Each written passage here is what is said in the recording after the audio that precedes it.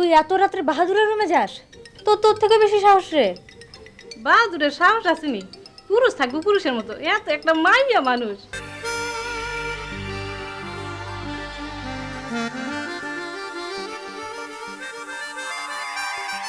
আপা গরম গরম কপিটা খাইয়া লন।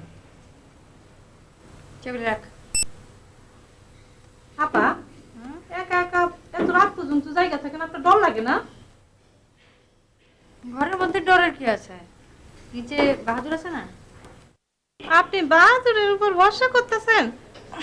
হ্যাঁ তো নাক ডাইকা ঘুমায়। তুই জানলি কিভাবে? আমি মাঝে মাঝে হারে দেখতে যাই, হ্যাঁ জায়গা আছে না ঘুমায় আছে। তুই এত রাত্রে বাহাদুরের রুমে যাস? তোর থেকে বেশি সাহস রে। বাহাদুরের সাহস আসেনি, পুরুষ থাকবো পুরুষের মতো, এত একটা মাইয়া মানুষ। ফুলি, এত রাত্রে তুই বাহাদুরকে দেখতে যাবি না, ঠিক আছে? কি করুম, ঘুম যে আসে না।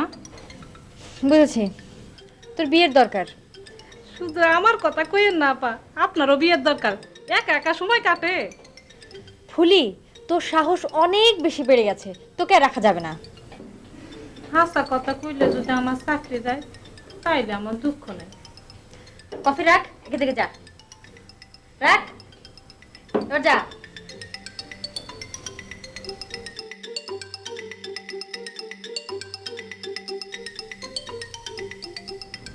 হ্যালো, আমি শিপলু। কেমন আছিস দোস্ত? ভালো নাই। কি হয়েছে? আজকে অদ্ভুত একটা মেয়ের পাল্লায় পড়ছিলাম। কি ভূত? অদ্ভুত। তোর কথার মাথা মুন্ডা আমি কিন্তু কিছুই বুঝতে পারছি না। দুঃশালা, একটা অপ্সরা মেয়ের সাথে দেখা হয়েছিল। দেখা হয়েছিল তাতে কি হয়েছে? আরে সে আমারে তুমি করে বলতেছিল। তাতে কি হয়েছে? ভদ্রমহিলাকে তোমার বেআইন লাগে যে তোমাকে আপনি আপনি করে কথা বলবে? তুই না সবসময় বেশি বুঝোস। চেনা নাই পরিচয় নাই একটা মেয়ে যদি তোরে হুট করে গাড়িতে উঠতে বলে, তখন তুই কি করবি?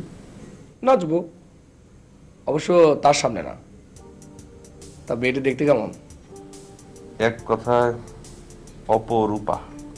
তাহলে তো ফিট জুইলা পারবো মা। নাম ঠিকানা ফোন নাম্বার কিছুই দেয়নি।